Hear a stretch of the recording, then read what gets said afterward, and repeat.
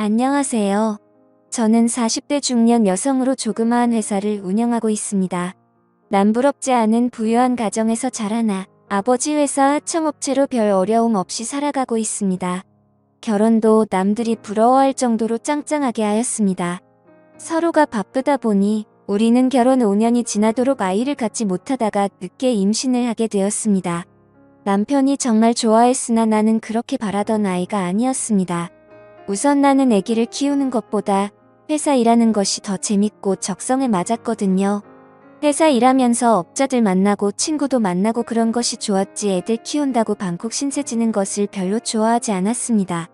그러나 결혼을 하였으니 가정을 이어나가려면 아기가 있어야 하는 건 당연하며 기분 좋게 최교도하면서 미래 애들에 대한 꿈을 키워나갔습니다. 점점 배가 부르고 이 애를 잘 키워야겠다는 생각에 어쩔 수 없이 남편과 한방을 쓰지 않았습니다. 남편도 직장일로 허구한 날 바쁘다는 핑계로 술을 마시고 오더니 임신 중인 나와는 한마디 말도 없이 직장에 사표를 내고 변호사 개업을 하게 되었습니다. 물론 변호사가 돈도 많이 벌 수가 있지만 나는 돈보다는 명예를 중요시하였기에 직장에 더 다니길 바랐는데요. 그 일로 인해 남편과 심하게 다투었습니다. 남편이 변호사 개업을 하고 나니 퇴근도 전에보다 훨씬 더 늦어지고 술자리를 하는 경우도 훨씬 더 많았습니다. 물론 변호사라는 직업이 그럴 수도 있겠다고 생각했는데 어느 날 남편이 외도한다는 걸 듣고 도저히 억울해서 잠을 잘 수가 없었습니다. 그래서 당시 심부름센터를 통해 남편의 외도 현장을 목격하고 증거를 잡았습니다. 처음에는 남편이 잘못을 인정하고 다시는 안 그러겠다고 했으나 시간이 지나도 외도는 그칠 줄 몰랐습니다. 그래서 나도 이혼하기로 결심하고 뱃속에 있는 애를 남편과 한마디 상의도 없이 없애버렸습니다. 그러자 남편도 더 이상 어쩔 수가 없었는지 이혼을 하자고 하여 우리는 합의 이혼을 하였죠. 난 세상이 귀찮아서 조용한 저층 연립주택으로 이사를 와서 혼자 살았습니다. 아버지께서는 재혼하라고 수없이 말씀하셨지만 난 독신으로 살기로 마음을 굳혔고 혼자서 인생을 즐기며 멋있게 산다는 생각을 했습니다. 회사도 열심히 경영하고 회사 규모도 엄청 커져 나갔습니다. 이렇게 혼자 살고 있으니 뭔가 불편한 점은 많았습니다. 집안에도 남자가 할 일, 여자가 할 일이 따로 있는데 난 두 가지를 다 해야 하니 힘들 때도 한 번씩은 있었습니다. 그러던 어느 날 초여름 밤이었어요. 퇴근하여 드라마를 보고 있는데 갑자기 방 안에 뭔가 타는 냄새가 나면서 연기도 약간 나는 것 같았습니다. 낮이라면 어디든지 연락을 해서 조치가 가능하지만 밤이라서 방법이 없었습니다.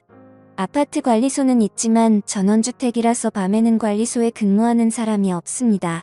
정말 이럴 때 남편이 필요한 건데 이미 없는 남편 찾는 것은 죽은 아들 불알 만지는 것과 같이 무슨 소용이 있겠습니까? 할 수 없이 멀리 떨어진 오빠한테 전화를 했더니 우선 코드를 다 뽑으라는 것이었습니다. 그렇게 하고 깜깜한 방에 가만히 있으니 갑자기 무서워서 견딜 수가 없었습니다. 그래서 할 수 없이 옆집 아저씨의 도움을 받기로 했습니다. 옆집 아저씨는 출퇴근하면서 몇 번 지나치면서도 인사 정도는 하였는데 아직 어떤 사람인지 결혼은 했는지 부인은 어떤 사람인지 전혀 몰랐습니다. 그러나 내 처지가 워낙 급하다 보니 그런 체면이나 남을 생각하는 겨를이 없이 무작정 앞집 배를 눌렀습니다. 그때가 밤 10시쯤 되었는데요. 띵동 누구세요? 앞집인데요. 잠깐만 기다리세요. 그래서 밖에서 기다리는데 그 시간이 그렇게도 긴 시간인지 정말 길게 느껴졌습니다. 이윽고 문을 열어주는데 나이는 저와 비슷한 또래의 남성으로 방금 샤워를 하고 나왔는지 머리는 감았다가 그냥 수건으로 닦은 정도였고 특유의 남자 화장품 냄새가 났습니다. 아마 제가 배를 누르는 순간 샤워하고 나와서 머리를 닦고 화장품을 바르고 바로 나오느라 문을 늦게 연 것 같았습니다. 그 남자는 저를 보더니 아이고 죄송합니다. 샤워하느라고 하면서 머리를 말리는 모습이 참 순진하게 보였습니다. 그래서 자초지종을 설명했죠. 우리 집에 현재 전기 콘센트에 연기가 나고 냄새가 난다고 했죠. 그랬더니 그 남자는 알겠다면서 잠깐만 기다리면 가겠다길래 저는 집에 가지 않고 그 집에서 거실을 이리저리 보았습니다. 집안은 대체로 깔끔하였으며 집안에 장식이 전혀 없는 것으로 보아 여자가 없는 것 같이 보이기도 하였습니다. 곧 남자가 드라이버랑 연장을 챙겨와서 집으로 갑시다 하길래 같이 와서 저는 휴대폰으로 플래시를 작동시켜 집이 켜졌는데요. 우선 연기가 나는 콘센트를 보더니 이러면 안 되는데 하면서 두꺼비 집을 열고 그곳에서 뭔가 새로 교체를 하는 것 같았습니다. 그 사이 난 그 남자와 머리를 거의 가까이 대고 휴대폰으로 불을 밝혀주는데 남자의 향수가 정말 환장하게 만드는 것이었습니다. 남편과 이혼하고 10년 가까이 혼자 살아왔기에 정말 남자와 이렇게 가까이 있어 본 것도 오랜만이었습니다. 난 그렇게 좀 더 오랫동안 불을 부딪혀주고 싶었는데 그 남자는 금방 고쳤어요. 이제 다 되었습니다. 불을 켜보세요 하길래 전 불을 켜고 우선 아까 연기가 나던 곳으로 가보았는데 연기도 나지 않았고 아무런 냄새도 나지 않았습니다. 그래서 그 남자는 혹시 또 냄새가 나거나 연기가 나면 연락주세요 이렇게. 밤 늦었는데 어떻게 또 말씀드리나요? 오신 김에 커피도 한잔 하시면서 잠깐만 지켜봐 주시면 안 될까요? 했더니 네 그래요 하면서 난 커피를 준비하는데 정말 기분이 묘했습니다. 남편과 이혼하고는 우리 집에 처음으로 남자가 왔다고 생각하니 이상한 생각마저 느껴졌습니다. 커피를 준비해 마시면서 그 남자가 하시는 말이 남편은 아직 퇴근 안 했어요. 부끄럽지만 이혼을 하고 지금 혼자 삽니다. 그래서 이번에는 내가 사모님은 어디 가셨어요? 안 보이시더라고요 하니까 빙긋이 웃으시면서 사실 우리도 이혼하고 조용한 곳에 와서 혼자 살아요 하시면서 둘이 똑같네 하면서 중얼거렸습니다. 그래서 전기는 어떻게 잘 고치느냐고 여쭈어보니 회사에서 전기 관련 담당자라는 것이었습니다. 이렇게 차 한잔 마시고 고맙다는 인사를 10번이라도 더 하고 보내드렸는데요. 현관에 나가시면서 혹시 전기가 아니더라도 집안에 고칠 것 있으면 말해주세요. 이웃 사촌이 다 좋은 거잖아요 하더라고요. 정말 좋은 분 같았습니다. 그날 이후 회사에 가도 집안에 와도 그 아저씨 생각이 자주 나더라고요. 그러던 어느 날 회사 거래처에서 전복을 한 상자 주더라고요. 마침 토요일이고 양도 많아 혼자 다 먹을 수도 없어 옆집 아저씨 좀 드리겠다는 생각이 들더라고요. 그래서 전복을 맛있게 요리해서 맥주 2캔이랑 가지고 옆집 배를 누르고 들어갔더니 거실을 정리 중이라 집이 어지럽게 늘려 있었습니다. 그래서 전복 좀 드시라고 가져왔다고 했더니 이혼한 전부인 서랍장을 버리기 위해 꺼내는 중이라 너무 지저분하다고 하시면서 같이 한잔해요 라고 하는 것이었습니다.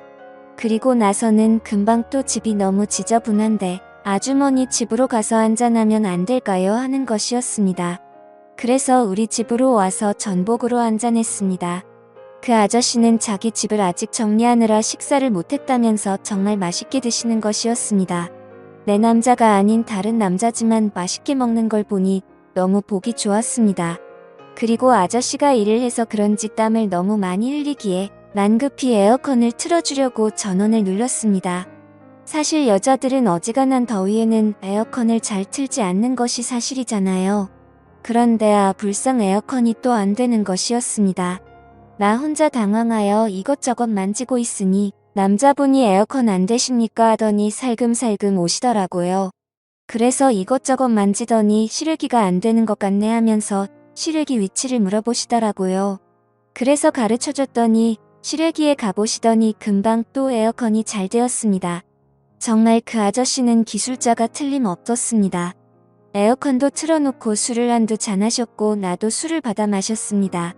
사실 여자라서 그렇지 나도 술은 보통 술이 아니거든요.